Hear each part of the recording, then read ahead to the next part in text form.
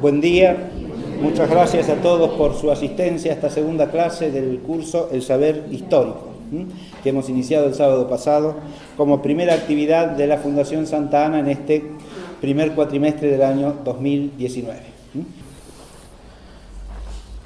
Nuestra primera clase estuvo dedicada a la problemática y la esencia del saber histórico. Y hoy nos toca abordar el primer punto que presentamos la clase pasada al dar la definición, que de alguna manera expresa la esencia del saber histórico como disciplina, que es el tema del objeto de la disciplina histórica.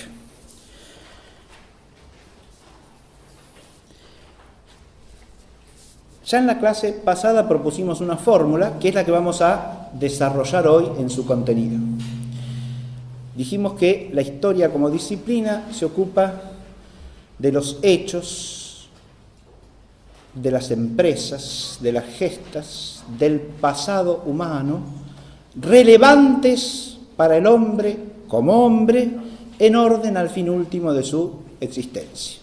Y ahí tenemos los tres elementos que vamos a desglosar en esta clase, que serían el objeto material, el objeto formal quod y el objeto formal quo.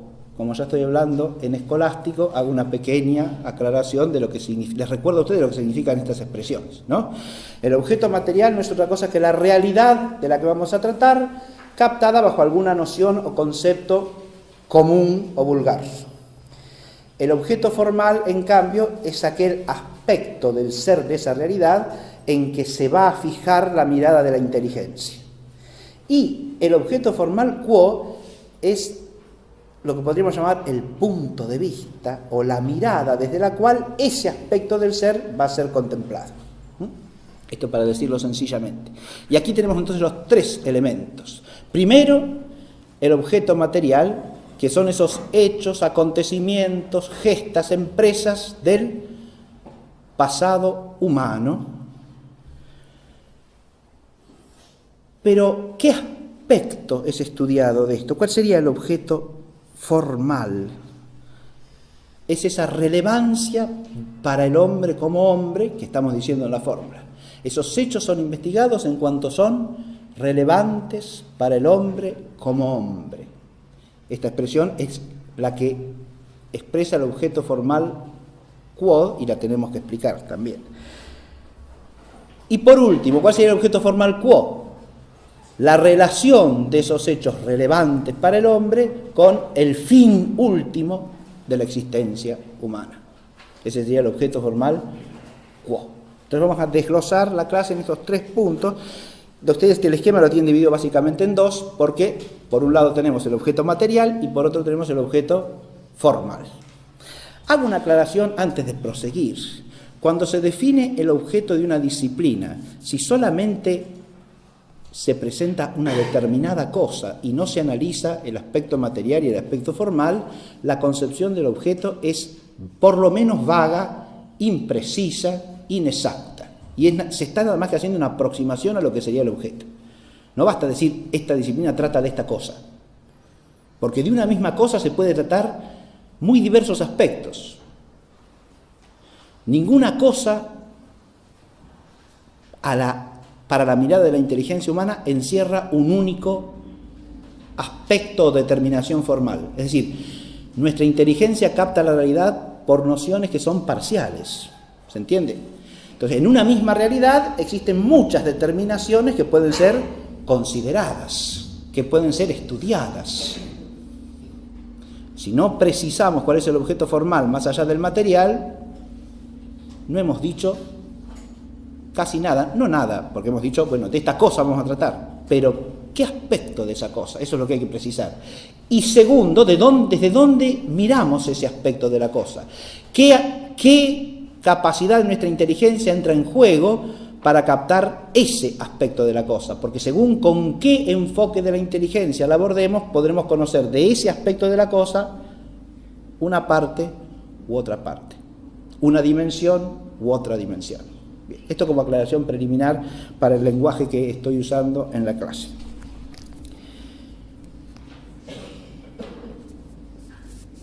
Vamos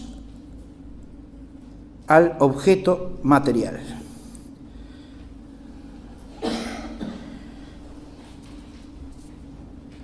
se trata siempre de los acontecimientos del pasado humano, ¿sí? Esto en principio parece muy claro, ¿no?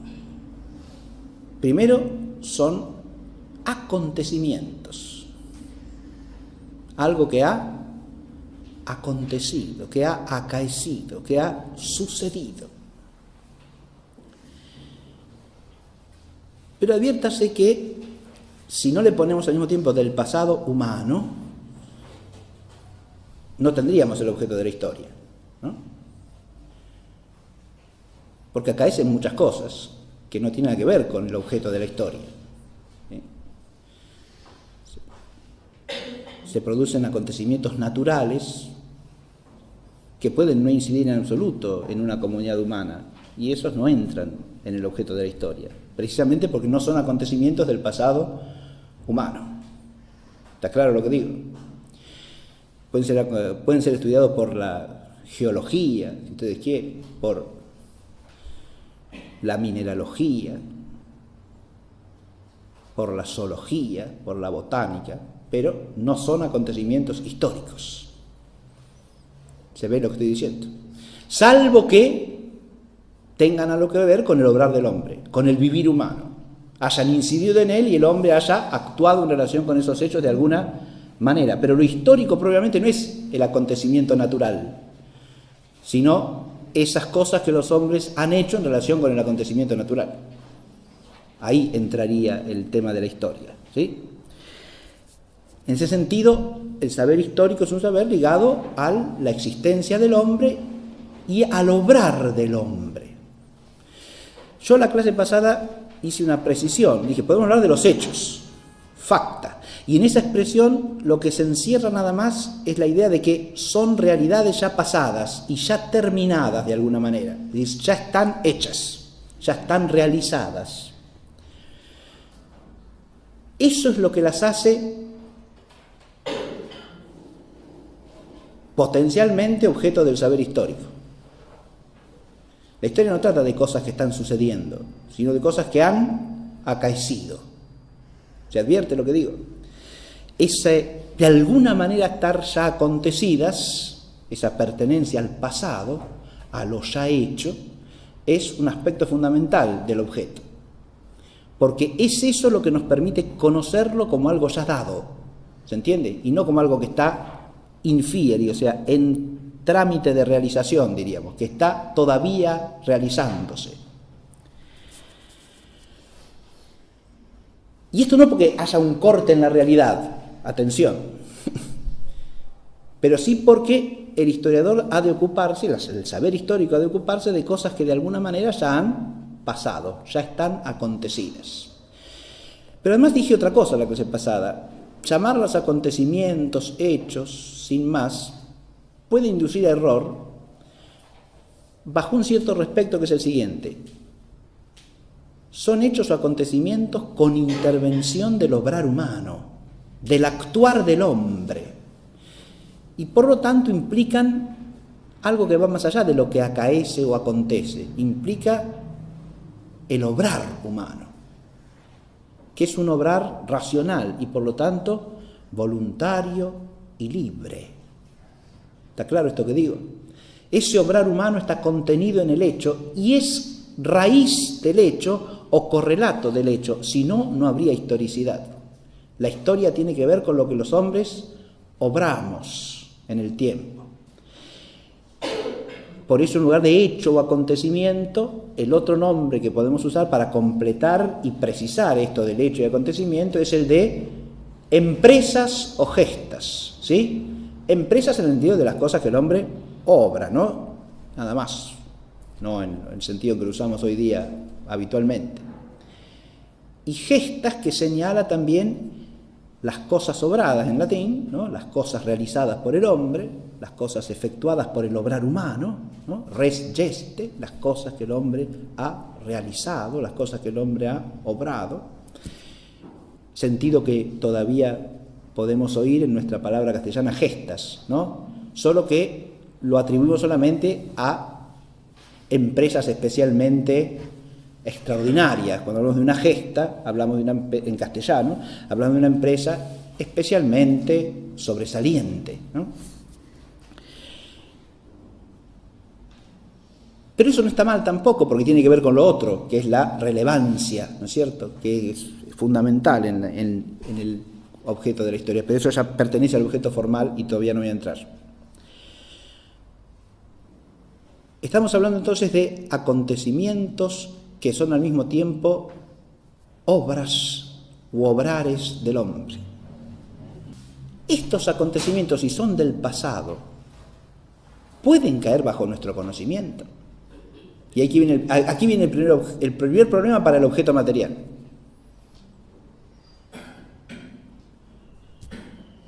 ¿Pueden caer bajo nuestro conocimiento realidades o hechos ya pasados?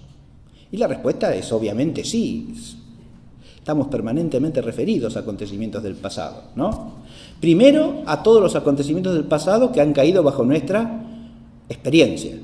Porque de esos que tenemos. Y memoria, ¿verdad? Memoria.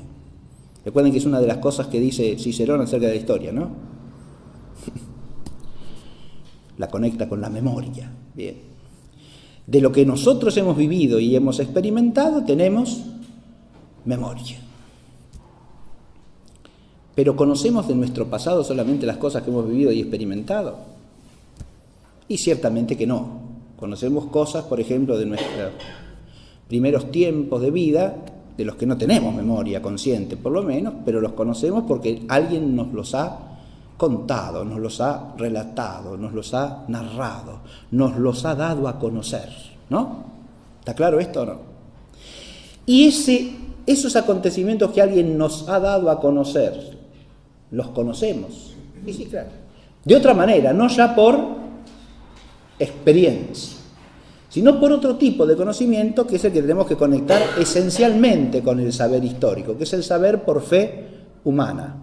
Porque para que nosotros accedamos a realidades del pasado que no hemos experimentado, dependemos ¿de qué? Y de la experiencia de otros, o del conocimiento de otros. ¿Es claro eso o no?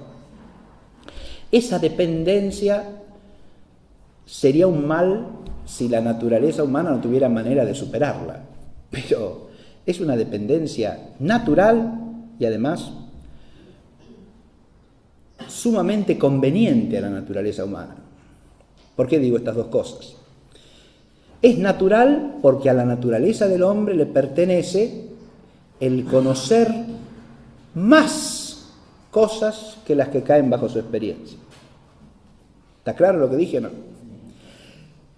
Ya sea que aplique a esas cosas su facultad de razonar, a las que caen bajo su experiencia, e indague más allá de lo que es experimentable. ¿Cómo se hace? Induciendo generalidades a partir de las cosas que experimentamos, ¿no? Y a partir de esas generalidades inducidas uno puede profundizar y buscar la ciencia acerca de esas generalidades, es decir, cuál es la causa, cuál es el principio por el cual eso es así y no puede ser de otra manera. Por la cual esa realidad de alcance universal tiene fundamento, tiene causa, ¿no? Vamos más allá de lo de la experiencia ahí. La ciencia claramente va siempre más allá de la experiencia. Porque al tratar de lo que es universal y necesario, conocido por principios y causas, se remonta a realidades que son puramente inteligibles y son de orden universal y por lo tanto no pueden ser captados por la experiencia. Son aspectos de la realidad que exceden a la experiencia, pero a los que la inteligencia humana puede llegar a partir de la experiencia. Ahora, lo mismo pasa con los hechos singulares y inconcretos del pasado. Ahí se ha dicho una cosa que voy a destacar a partir de ahora. Los hechos que caen bajo el saber histórico son hechos singulares y concretos porque son acciones de los hombres en el pasado. ¿Está claro lo que digo? Y las acciones de los hombres no existen en universal, existen como la acción de cada uno de nosotros, ¿sí? Cada uno de nosotros ha venido a este lugar hoy, ¿no? Estamos todos aquí. Pero esa es la acción de venir aquí, es la acción de cada uno. Detrás de la acción de cada uno hay una elección de cada uno, ¿o no? Hay una decisión de cada uno, que es distinta para cada uno. ¿Se ve lo que digo? Si en el conocimiento histórico olvidamos esto, estamos perdiendo de vista el objeto material, sin más, ¿eh? Cuando estudiamos hechos del pasado humano, tenemos hechos que son singulares y concretos y que además son contingentes. Adviertas esto, ¿no? No son generalidades o universalidades, son hechos singulares y concretos. Fulano hizo tal cosa y perengano tal otra. ¿Está claro? Bien. Son hechos singulares, pero además son hechos contingentes, porque este hizo esto, pero podría haber hecho otra cosa. ¿Está claro? Los que estamos acá podríamos no estar. Podríamos haber elegido no estar. O podría habernos acontecido algo que hubiese impedido que estuviésemos. ¿Está claro? ¿Se advierte lo que digo? Entonces, detrás de los acontecimientos hay singularidad y contingencia. Pero esos acontecimientos singulares y concretos de la realidad pasada podemos conocerlos más allá de nuestra experiencia, gracias a qué. Ahora no ya realizando inducciones generalizadoras y a partir de ahí después en otra fase buscando causas y principios que expliquen esas generalidades. Porque no se trata de conocer generalidades, ¿se ve? Sino que se trata de conocer lo que pasó. Y lo que pasó es un conjunto de hechos singulares, concretos e irrepetibles, atiéndase, como hechos irrepetibles.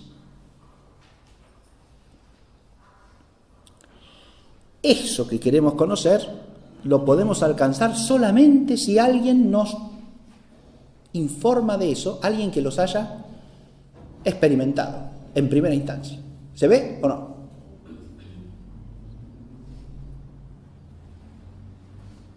Como que yo tengo un amigo que ayer fue hasta Chascomús, ¿no? Viene hoy y me cuenta lo que hizo. ¿Cómo sé yo lo que hizo en Chascomús si yo no estuve con él? Y únicamente si me lo cuenta y yo le creo lo que me cuenta. ¿Está claro esto o no? Constantemente vivimos de este tipo de conocimiento. ¿Es necesario para la vida humana eso? Absolutamente necesario. ¿Es conveniente a la naturaleza humana? Perfectamente, porque si no, solamente sabríamos de las cosas que nosotros mismos hemos visto. Tendríamos un conocimiento totalmente limitado, pero además de alguna manera egocéntrico. ¿Se entiende? Solamente sabríamos aquello que nosotros experimentamos y lo demás no sé qué pasó. Pero no. Fíjense que este tipo de conocimiento que llamamos conocimiento por fe humana o por conocimiento por testimonio, ¿no? Que dependemos del testimonio de otros, se aplica en diversos aspectos esenciales de la vida humana. Primero, el conocimiento del propio pasado, personal, familiar, ¿no? Segundo, que ya es un inicio de conocimiento histórico, ¿no? Segundo, se aplica constantemente en cualquier tipo de proceso judicial. Porque un juez, ¿cómo conoce los hechos de la causa? A partir de testimonios y a partir de indicios, ¿o no?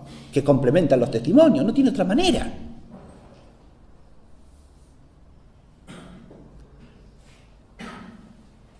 Esto amplía enormemente nuestro conocimiento de la realidad, ¿se ve? No puede decir inmediatamente, sí, pero el que me cuenta me puede contar algo inexacto. Sí, por supuesto. Escúcheme, la falibilidad es propia de todo tipo de conocimiento. Cuando generalizamos y buscamos los principios y causas en la ciencia, también podemos errar. Porque errar es humano, como decía el antiguo, ¿no? El clásico. Así que el error no invalida el género de conocimiento, porque el error cabe en cualquier género de conocimiento. Pero precisamente porque nosotros podemos discernir entre la verdad y el error, tenemos medios para precavernos en la medida de lo posible del error, ¿no?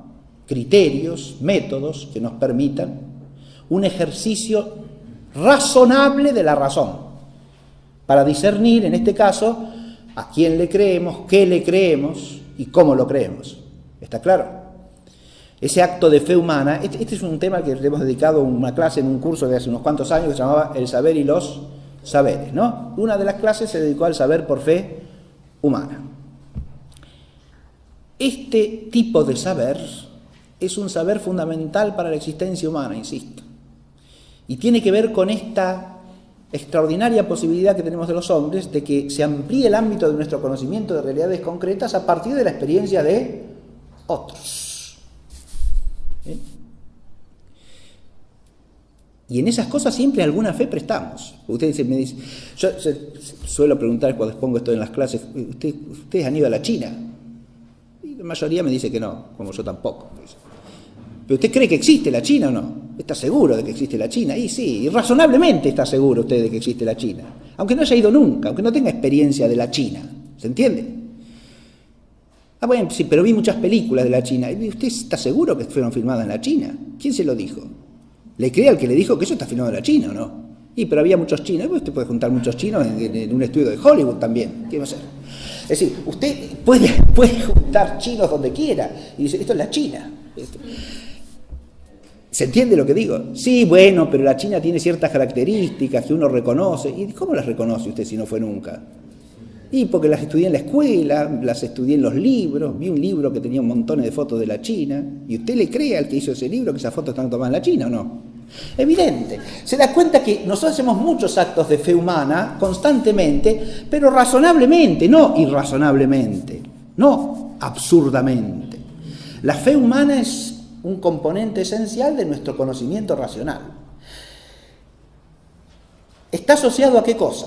Primero, a esa capacidad que tiene la inteligencia de ir más allá de lo directamente experimentado.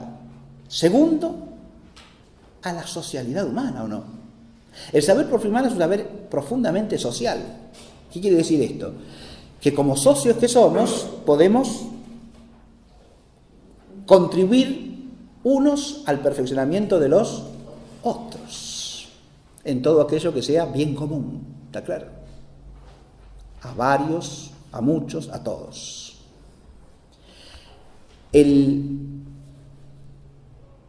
Esa dependencia de los unos de los otros en el saber por fe humana aparece drásticamente, clarísimamente.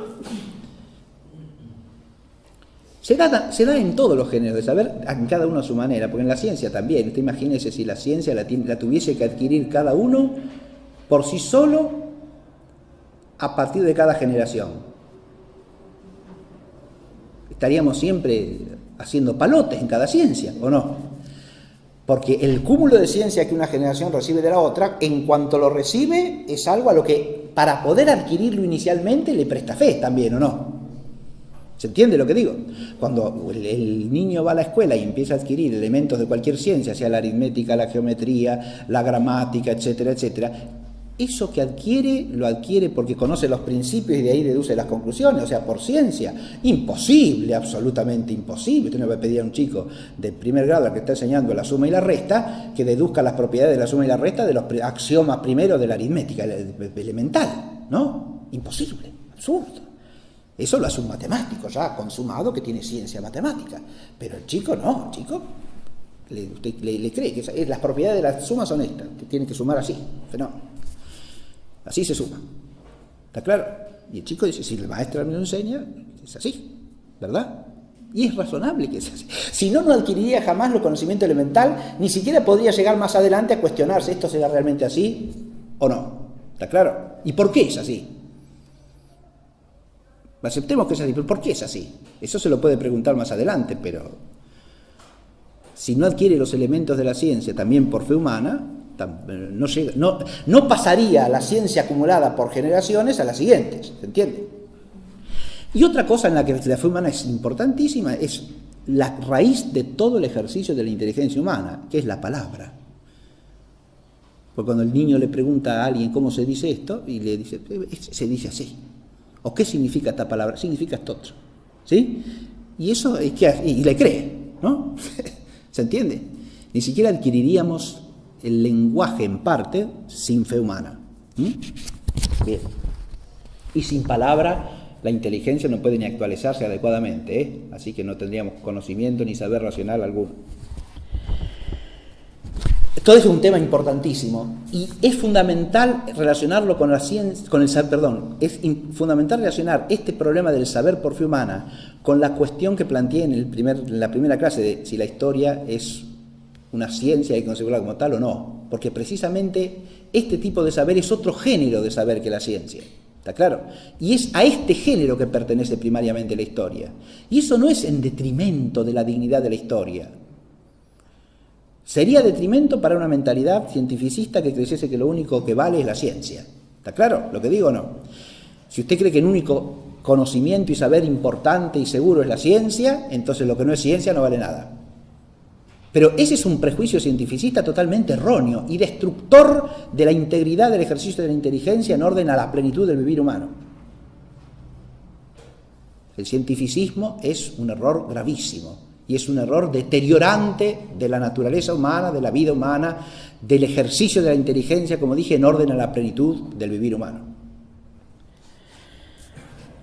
Y si uno quiere trasladar un tipo de saber a otro, lo destruye, porque niega su naturaleza, niega su esencia. ¿Se entiende lo que digo? Si yo quiero hacer de un saber que por su esencia no es ciencia, ciencia, lo aniquilo porque le cambio el objeto, le cambio la naturaleza. ¿Se entiende? Y si quiero hacer de una ciencia una cosa distinta de una ciencia, lo mismo. No, esto es ciencia, amigo. Y si es ciencia hay que proceder de esta manera, la que corresponde al objeto propio de toda ciencia. Muy bien. Destaco entonces por último que ese saber por fe humana es racional, implica el juicio del entendimiento humano, ¿no? Esencialmente, creer es acto humano porque es acto racional, que un hombre le preste fe a lo que le dice otro hombre, y está llamado a ser razonable, es decir, a ejercerse con razonabilidad, y ahí entra toda la temática de los motivos de credibilidad, ¿no? Ya sea a quien da testimonio, ya sea al testimonio que da, que es el doble objeto de la fe humana, ¿no? Lo que creemos es un objeto material de la fe humana y a quién le creemos, que es el objeto formal. Pero las dos cosas implican una valoración o una estimación que hace la razón de los fundamentos de la credibilidad.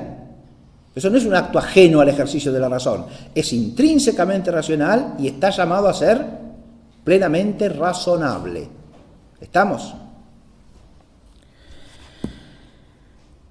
El objeto material del saber histórico pertenece fundamentalmente al saber credencial.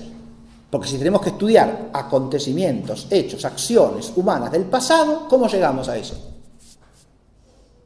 Y prestándole fe a alguien o a algún documento escrito por alguien. ¿Sí? A un relato escrito o oral de esos acontecimientos. ¿Se advierte o no se advierte? Tucídides, cuando se pone a escribir la historia de la guerra del Peloponeso, dice eso. ¿Sí? He buscado todas las noticias que he podido recabar acerca de estos hechos. ¿Sí? Pero he investigado profundamente para tratar de alcanzar acerca de esos hechos la verdad. No me he conformado con la versión de uno solo, he buscado varias, ¿sí? ¿Se entiende? Pero esa es la razonabilidad en el creer, ¿no? Y el ejercicio de la razón. Este me dice esto, este me dice esto otro. ¿Qué pasó acá?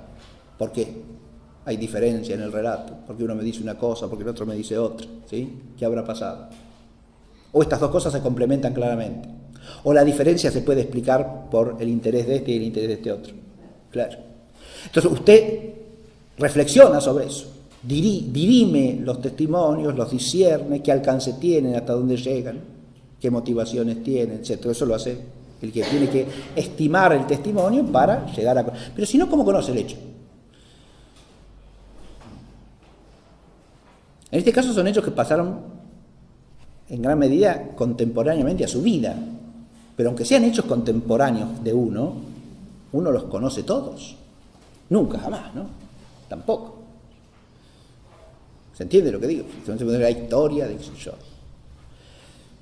lo que pasó en la Argentina en el año, no sé, 1989, por poner un año cualquiera, ¿no? Muchos de los que estamos acá vivíamos en 1989, pero eso quiere decir que sabemos todo lo que pasó en Argentina. Y no, claro. ¿Se entiende? No. Entonces hay que prestarle... Sí, pero no están los documentos. No hay documentos escritos. Pero el documento escrito, como ya decíamos en la clase pasada, es algo que requiere nuestra fe, ¿o no? Usted va a un documento. Si este le escribió esta cartita a este otro y yo la encuentro. ¿Sí? O este en su diario escribió esto. Perfecto. O hay un asiento, un registro oficial de esto o de aquello. ¿Sí? Boletín oficial del Estado. ¿Está claro? Son documentos, sí, pero los documentos los escribió alguien o no. Los fechó alguien. Los firmó eventualmente alguien. Incluso en muchos casos alguien da fe como notario público de que eso es así en el documento, ¿no? El notario da fe de que eso es así. Y nosotros le tenemos que dar fe al notario de que su fe es confiable, ¿o no? Y claro, sí. El notario atestigua, pero hay que creerle al notario. Sí, está bien, sí, pero es un acto de fe que hacemos, ¿sí? ¿Se entiende? El documento no nos saca de la esfera de la fe humana, eso es lo que estoy diciendo. Pero hay indicios materiales, sí, los indicios materiales son restos materiales de los acontecimientos, de los hechos, pero el indicio material no nos cuenta la historia, ¿eh? Le podemos sacar información al indicio material, pero el indicio material solo no hace historia. Por eso, en el concepto clásico de historia, donde no hay testimonios escritos, todavía no se habla de historia, ¿no? Claro. No. De derecho material puede sacar conclusiones generales, ¿está claro? O acerca de un hecho particular, pero sin entender cuál fue el hecho, ni qué se intentó hacer, ni para qué se hizo. ¿Se entiende lo que digo? Supone que usted encuentra una tumba egipcia. Está bien. Ahí está, el resto material está. Hay una construcción arquitectónica, ¿sí? A veces modesta, a veces grande, a veces enorme, majestuosa, más grande que cualquier otra cosa que se haya hecho como monumento sepulcral en la historia humana, ¿no? Las pirámides del antiguo imperio son una cosa increíble. ¿Qué es eso? Eso está hecho como monumento para cubrir el sepulcro del faraón, ¿no? Bien. Ahora, si no hubiera documentos escritos, ¿usted qué sabe? Primero, ¿está seguro que eso es un monumento sepulcral solamente? ¿O es algo más? ¿O significa algo más? ¿Y cómo sabe qué significa eso? Si no puede oír hablar a la gente que lo hizo. ¿Se entiende? Si no hay documentación y si no puede ir a textos que le indiquen qué es lo que se pretendía hacer con eso. Hace conjeturas nada más, y algunas en el aire totalmente, y desde su propio punto de vista. ¿Está claro lo que digo? Yo me imagino que pudieron hacer esto pensando en tal cosa, ¿no? Pero si usted quiere entender lo que se hizo ahí, ¿de qué depende? Y de que le hablen los egipcios que lo hicieron, ¿sí? Que le informen algo de lo que pensaban, de lo que creían, de lo que entendían de la realidad, ¿no? ¿Y eso cómo lo sabemos? ¿Por el resto material? No, señor. Ahí tiene que haber palabras que medien entre nosotros seres humanos y otros seres humanos que son los que hicieron eso. ¿Está claro?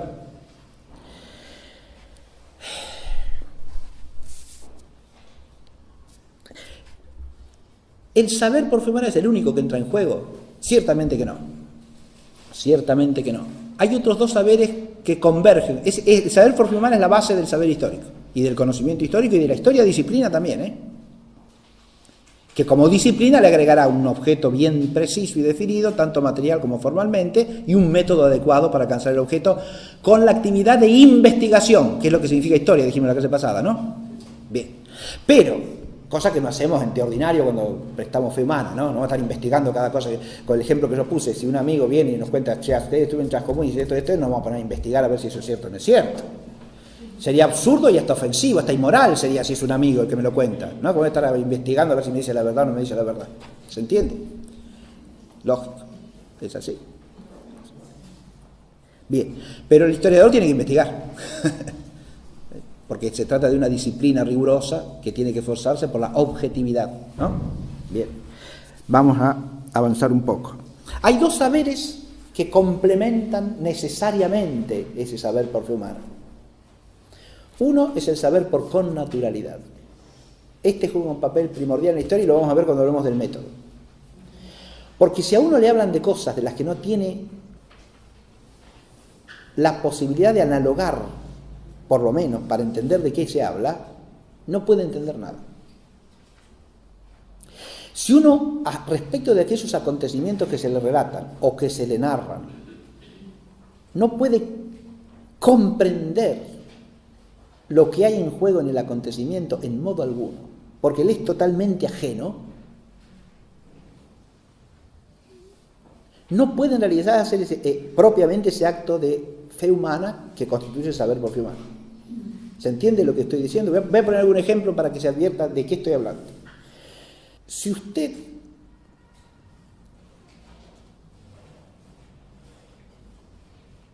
historiador carece personalmente, por ejemplo, de toda religiosidad, ¿podrá entender qué significa una pirámide del Egipto faraónico? Casi con certeza, no. ¿Está claro lo que digo? Tenderá a interpretarlo desde otra manera. Es un monumento para manifestar poder. Listo, ya está. Se trata de una cuestión de poder. ¿Está claro? El faraón quiere manifestar su potencia, su magnificencia. Y por eso hace eso tan grande, tan enorme, que todo el mundo lo ve desde lejos.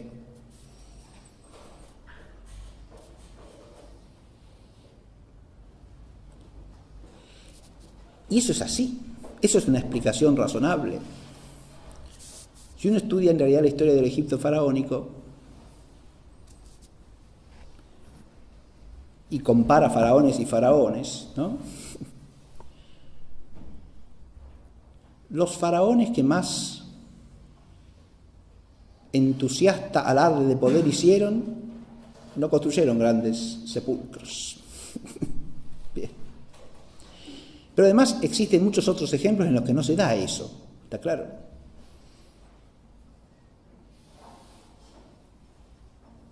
Es decir, gobernantes que se pasaron todo el tiempo de su gobierno haciendo alarde de poder, pero no tienen grandes sepulcros. Una cosa no va necesariamente ligada a la otra, quiero decir, ¿no? No es ni necesario ni suficiente el concepto del alarde de poder para explicar semejante monumento.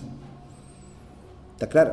Pero además, si fuera solamente eso, ¿se explicaría el hecho tal como se produjo en la realidad? Vamos que yo digo, es eso y ya se acabó, yo estoy convencido que es eso, no es otra cosa que eso. Pero eso es lo que dicen los documentos. Eso es lo que se infiere de los documentos. Las características de la edificación las puede explicar por eso. Basta eso. ¿Se entiende lo que estoy planteando? Si usted quiere negarle toda significación religiosa al hecho, puede ser sencillamente porque a usted no le importa lo religioso. ¿Se ve lo que estoy diciendo o no? Ese ya es un acondicionamiento subjetivo del historiador que lo hace incapaz de connaturalidad con ciertas dimensiones de la realidad humana que a él le pasan por alto, pero no necesariamente le pasan por alto al resto de la humanidad, y mucho menos a los egipcios del siglo 23, 24 o 25 a.C. ¿Está claro? Hay que ver de qué se trata. Es un ejemplo que pongo, pero podría poner muchos otros. Partiendo inclusive de la connaturalidad que se da en el saber por fe humana vulgar, ¿no? Si a nosotros nos cuenta fulanito hizo tal cosa, fácilmente podemos tender a interpretar eso que hizo según nuestra propia idiosincrasia o no. ¿Eso quiere decir que lo hizo por lo que nosotros pensamos que lo hizo? En realidad, si lo interpretamos por nuestra idiosincrasia, lo que estamos pensando es la motivación que nosotros hubiéramos tenido para hacerlo, no la que tuvo la persona que lo hizo, que puede ser totalmente ajena a nuestra propia mentalidad, y por lo tanto no la podemos ni entender. ¿Se ve lo que digo? ¿Está claro o no?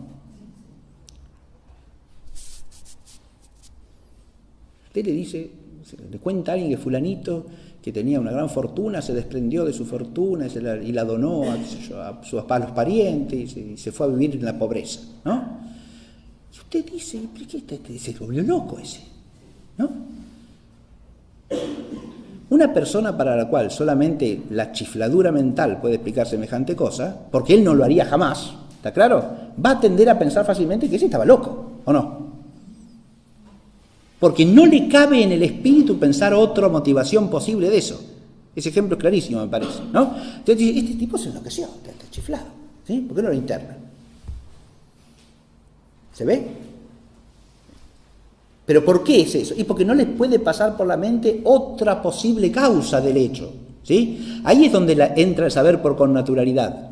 Yo en la clase pasada lo dije eso, si usted no tiene connaturalidad alguna con el objeto particular de la historia que quiere historiar, no puede hacer historia. ¿Se ve? Si no tiene experiencia del, supóngase, de lo que es la vida monástica en absoluto. Y los valores y principios de la vida monástica a usted no le interesan en absoluto porque ni siquiera los puede entender. Usted va a hacer una historia del monacato. Pero mi hijo va a hablar de lo que no entiende, de lo que no puede ni captar en absoluto en su fundamento, en su raíz espiritual. ¿De qué va a hablar? La va a ver siempre desde causas que no tienen que ver con eso intrínsecamente, ¿o no? La va a explicar como un fenómeno socioeconómico, como un fenómeno político, quién sabe cómo qué, pero no desde sí misma, porque para usted en sí mismo no tiene sentido. ¿Está claro lo que digo? Bien.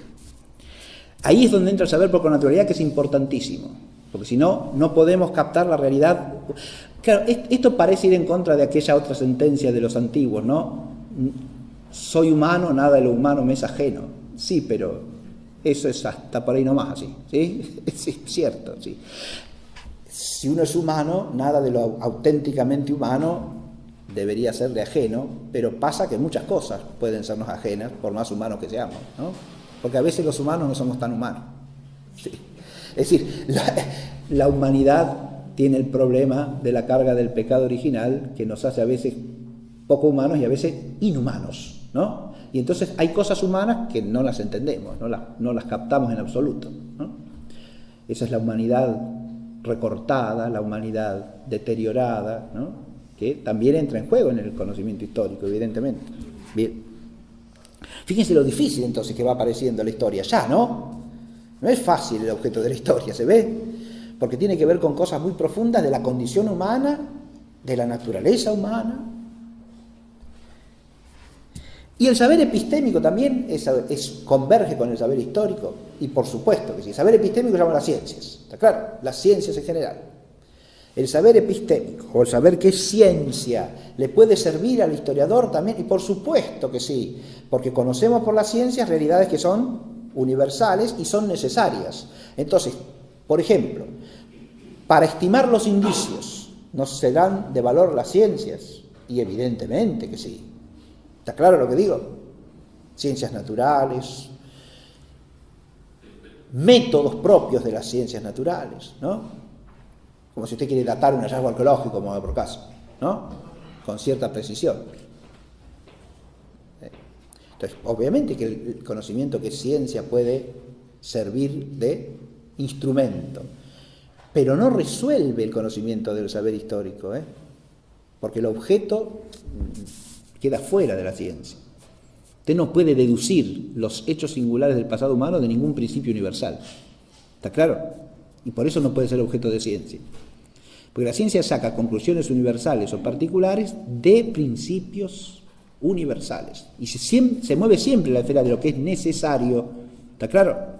Nunca de lo que es singular. Cuando dije particulares no dije singular, Dije algún tipo de cosa que entra en ese género universal, pero tomado universalmente. ¿Está claro? En lógica, lo universal y lo particular pertenecen a lo que se llama común, como cantidad lógica, no a lo singular. ¿Está claro? Yo digo todo hombre o alguna parte de los hombres, estoy siempre en lo que es común. ¿Se entiende? Si yo digo Pedro, Juan, Andrés, ¿está claro? El rey San Luis de Francia o Pierre Meñard, que es el pintor que pintó esta Clio que está acá, de la que hablamos el otro día, ¿no? Esos son singulares, ¿se entiende? Singulares. Pintor francés del siglo XVII que hizo este cuadro, esta alegoría de Clio, de la que comentamos la clase pasada, ¿no? Bien. O el que hizo el ánfora donde está pintada la otra Clio, ese no sabemos quién fue. El nombre no lo conocemos, pero que fue un hombre seguro, ¿no? Un griego del siglo V a.C. Bien. Que tenía su nombre seguro, un singular, ¿sí? Que tenía su padre, su madre, probablemente esposa, hijo, ¿sí? Quizá. ¿Cómo sabemos eso? Y no lo sabemos, ¿no? Si hubiera algún documento, si estuviese firmada la obra, sabríamos, ¿no? Si se hizo en el taller de fulanito, ¿no? Y nosotros le prestamos fe a ese dato que está escrito en el ánfora, entonces sabemos, en el taller de un tal fulanito se hizo esto. Ahora habría que ver cuántos trabajaban en el taller ese, si era solamente fulanito, o fulanito tenía 2, 5, 10 empleados que trabajaban con él, ¿no? ¿Quién hizo el ánfora esa? ¿Se ve? Pero son siempre acontecimientos singulares, ¿estamos? Y por eso no se pueden deducir ¿de qué? De principios universales. Y ahí está el error garrafal de tratar de convertir a la historia en una ciencia. Escamoteamos el objeto propio. ¿Tiene importancia saber de lo singular y concreto? Podría preguntarse uno. ¿O lo único que importa saber y conocer son las generalidades? ¿Importan solamente las cosas universales? A mí que me interesa saber cosas singulares, eso es...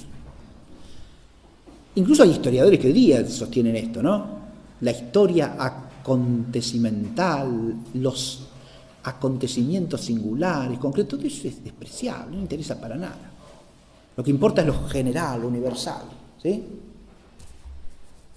Yo tengo el conocimiento universal y necesario y de ahí deduzco todo, saco las consecuencias. ¿Se ve? Es así en realidad, eso es así. Fíjense ustedes que el saber universalidades o generalidades es muy importante para el hombre, ¿sí? En la medida en que la inteligencia humana puede alcanzar lo que es universal. Ahora, ¿qué es lo universal que puede alcanzar la inteligencia humana? Lo esencial de las cosas, decimos en filosofía. ¿Está claro? ¿Qué es lo que captamos en ese ámbito de lo universal? Lo que tiene que ver con la esencia de las cosas. Y por ser esencial, ¿cómo es? Necesario, porque se da en todo, toda singularidad que pertenezca a cierta naturaleza o esencia, participa de eso que la constituye, y por lo tanto eso o se da en esa cosa o esa cosa no sería lo que es. ¿Está claro?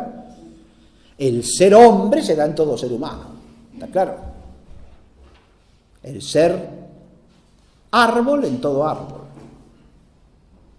El ser cuadrilátero en toda cosa que tenga figura de cuadrilátero. ¿Está claro? Lo esencial de las cosas es universal, porque nuestra inteligencia solamente forma conceptos universales, ¿sí? Específicos o genéricos, pero solo conceptos de lo que es esencial universal.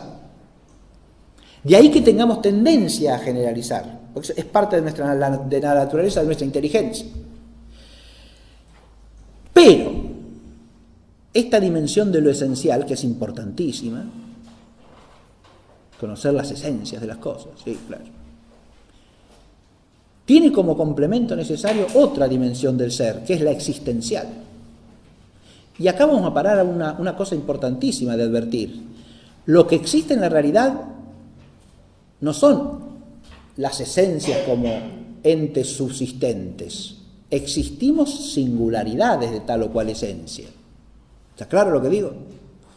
No existe la esencia de árbol. Existe este árbol, este otro, multitud de árboles, pero cada uno con su singularidad existente realmente. Hay esencia o naturaleza humana, sí, pero existimos las personas humanas singulares. ¿Está claro? La dimensión existencial del ser tiene que ver con lo singular.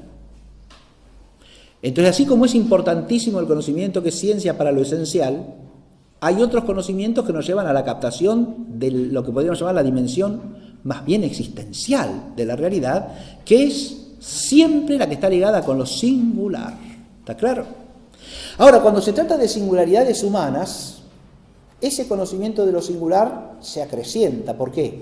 Porque los hombres somos singulares o subsistentes de naturaleza racional, es decir, somos personas. Y en el conocimiento entre personas se trata siempre del conocimiento de lo que es singular, no meramente de lo que es universal. ¿Está claro? Y es importante el conocimiento de las personas para la vida humana, y es importantísimo. ¿Cómo va a ser importante? El saber histórico nos lleva a la dimensión existencial, singular y por lo tanto personal del ser de la realidad humana en particular, y por lo tanto nos lleva a una esfera del conocimiento intelectual que es importantísima para la ubicación de nosotros en el conjunto de la realidad. ¿Se advierte esto? No es poco importante conocer las singularidades, es importantísimo. Aunque sean contingentes, por supuesto que sí. Precisamente hay cosas importantísimas que son contingentes, ¿o no? Y pues, por supuesto, claro. Son contingentes quiere decir que pasan pero pudieran no pasar. Que han pasado pudiendo no haber pasado. O que no pasaron pudiendo haber pasado. ¿Se entiende? Lo que es contingente, por ser contingente, ya no es importante. Pero ¿cómo no va a ser importante? Para empezar, la existencia de cada uno de nosotros es contingente. Y no es importante. Y más bien que sí. Bien, claro. Contingente. Que sea contingente no quiere decir que no sea relevante. Pero ahora viene otro asunto. Que la inteligencia humana se ponga a entender y con rigor lo singular y concreto y contingente es difícil. ¿Por qué? Y porque nuestra inteligencia se maneja en el ámbito de conceptos abstractos de orden universal. Entonces tiene tendencia a ¿qué? A generalizar, claro. Y así como es arduo en el conocimiento universal de la ciencia elevarse hacia las cosas que no caen bajo la experiencia, o sea, ascender abstractivamente hacia lo metafísico, eso es arduo, ¿por qué? Porque tenemos que movernos en lo puramente inteligible. Ahí ya hay un tipo de dificultad para la inteligencia humana, ¿no? La medida que tiene que prescindir, tiene que despojarse de lo que es experimentable. ¿Se entiende? De lo que está al alcance de nuestros sentidos, la inteligencia humana empieza a sentir que le falta el aire, ¿no? Cuando en realidad está subiendo a donde hay más aire. Pero hasta que se dé cuenta de eso, le puede parecer muy difícil eso. ¿Se entiende? Está subiendo a donde hay más aire, digo, para la inteligencia, porque está subiendo hacia lo que es más inteligible, no hacia lo que es menos. Pero que al hombre le cuesta más entender, ¿está claro? Si al chico usted le habla de las plantas, los animalitos, ¿entienden? Ahora, las matemáticas, la matemática es más abstracta, claro, sí, pero el objeto de la matemática es mucho más perfectamente inteligible que el de las ciencias naturales. ¿Por qué? Y porque es más formal y menos material. Pero la inteligencia ahí tiene que hacer un esfuerzo de ascenso. Y si pasa de la matemática a la metafísica, ni le digo, porque ahí ya toda imagen tiene que ser dejada de lado y moverse en la esfera de lo que es puramente inteligible, pero no es sensible en modo alguno. Y entonces la inteligencia humana les cuesta más todavía, ¿sí? Pero hay otras cosas que son difíciles. Esa es una línea de dificultad. Pero también es difícil centrar la inteligencia en lo que es singular, concreto y encima contingente. ¿Está claro? Porque nos movemos con facilidad en la esfera de lo que es general, universal, porque es así, no puede ser de otra manera. Cuando la inteligencia toca algo que es así, no puede ser de otra manera, se siente tranquila, cómoda, ¿o no? Y nosotros nos sentimos cómodos. ¿Se ve? 2 más 2 es 4 y chao, se acabó, no puede ser de otra manera, es necesariamente así. ¿Sí? Por más relativistas que rayen, es así. ¿Está claro? Es así, no tiene vuelta eso. La inteligencia humana ahí se siente segura. Ahora, usted dice, Napoleón decidió hacer la campaña de Rusia. ¿Por qué? ¿Usted ahí va a alcanzar una causa necesaria y universal? No, ¿qué va a alcanzar? Tendrá que estudiar por qué se le ocurrió a Napoleón la campaña de Rusia, qué situaciones contingentes había que lo impulsaron a eso, ¿no? Qué factores de su mentalidad, de su concepción de su propia grandeza o misión como él la entendía, que es un montón de cosas, se da cuenta. ¿Sí? Y cuando llegue a alguna conclusión, y puede ser, es probable, habrá que ver. ¿Sí? Son muchas cosas contingentes las que entran ahí en juego, ¿se entiende? Entonces, a la inteligencia humana le resulta difícil quedarse ahí en lugar de, no, esto fue así porque no podía ser de otra manera. Si no lo hubiera hecho Napoleón, lo hubiera hecho otro, porque total, eso tenía que acontecer. Usted transforma lo que es contingente en una necesidad para que su inteligencia se quede tranquila, ¿no? Pero no es así, se da cuenta. Si uno no respeta la contingencia del hecho histórico, de nuevo escamotea la realidad, escamotea el hecho. ¿Está claro lo que digo? Lo está suprimiendo y está haciendo aparecer una especie de necesidad natural que no tiene nada que ver con la historia. Lo singular es arduo, lo contingente es arduo. Queda claro esto, ¿no? Y recordemos que el objeto de la historia tiene una doble contingencia. Hay una contingencia de todo lo que es singular, aunque sea un acontecimiento natural, ¿eh? Y el ejemplo más claro lo tienen ustedes con la meteorología. ¿Se entiende? Usted puede estudiar los principios físicos que regulan los movimientos de las masas de aire. Todos esos principios, así en la abstracción de la física, son seguros, ciertos, están perfectos, ¿sí? El aire circula de acá para allá, porque la diferencia de presiones, todo eso que le explican a uno de la geografía general, perfecto, magnífico. Ahora, mañana va a llover, dice el meteorólogo. ¿Dónde va a llover? ¿Dónde va a llover? ¿Hasta dónde? ¿Sí? Llueve hasta la calle 12, pero ya en 11 no cayó la lluvia. O el granizo cayó acá, pero no cayó allá. ¿Y cómo sabes? No, nadie lo puede saber hasta que no pasa. ¿Se da cuenta? ¿Por qué? Porque hay un aspecto de contingencia también en los acontecimientos naturales singulares. ¿Se ve? Hay una dimensión de contingencia que hace a lo que es... Porque se pueden cruzar con la línea causal, otra línea causal, y produce lo que se llama, que es aleatorio en la naturaleza, ¿no? Lo casual, que no lo explica la causalidad. ¿Está claro lo que digo? Bien. Pero en los acontecimientos singulares de la historia, que son acciones de los hombres, hay una contingencia mucho más profunda y mucho más importante, que es la que tiene que ver con el ejercicio del libre arbitrio de la voluntad humana. ¿Está claro lo que digo? Si usted a los hechos históricos no le respeta la contingencia, lo que está aboliendo de la ecuación es nada más y nada menos que la raíz primera de las obras humanas, que es la voluntad humana y la razón humana, de cada quien. ¿Se entiende? Por supuesto que hay ciertas generalidades del pensamiento que pueden afectar a una sociedad, todo eso que usted quiera hacer, eso lo tiene que estudiar el historiador también, pero eso surge de la singularidad de los hombres. ¿Está claro? Y genera una cierta tradición común a muchos hombres. Pero todavía, con una tradición común, ¿todos los hombres obran igual? No, señor. Basta que usted estudie, póngase la vida paralela de Plutarco, se lee todas las vidas que tienen que ver con reyes de Esparta. Todos los reyes de Esparta obraron lo mismo, hicieron lo mismo, pensaron igual. No, señor, eran todos espartanos, todos tenían la misma tradición, estaban todos educados igual, con el mismo sistema, ¿no?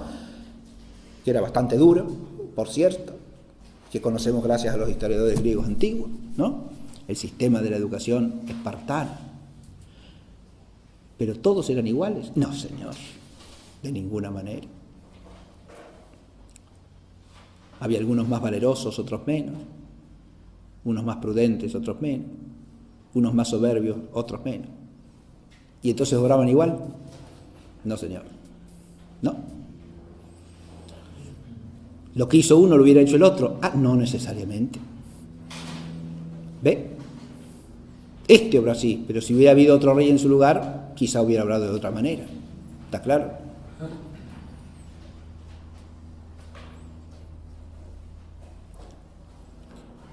Cualquier rey espartano hubiera hecho lo que hizo Leonidas en las Termópilas. ¿Y quién sabe? ¿Cómo puede decir eso? ¿Cómo alguien puede decir eso? ¿Se entiende lo que digo? Eso lo decidió él. Uno puede decir, sí, los espartanos tienen una formación que inclinaba a eso, y con eso ya con tener una formación que inclina a eso, usted de ahí saca que lo va a hacer. Da un paso ilegítimo. ¿Se entiende lo que digo? Si no, todas las personas que tienen la misma formación lo verían igual. ¿Y es así? No, señor, de ninguna especie, de ninguna manera. Para nada de nada. ¿Sí? No. ¿Eso es de experiencia vulgar o no? Y cualquier persona sensata se da cuenta que es así. Porque a la historia le va a aplicar otra cosa.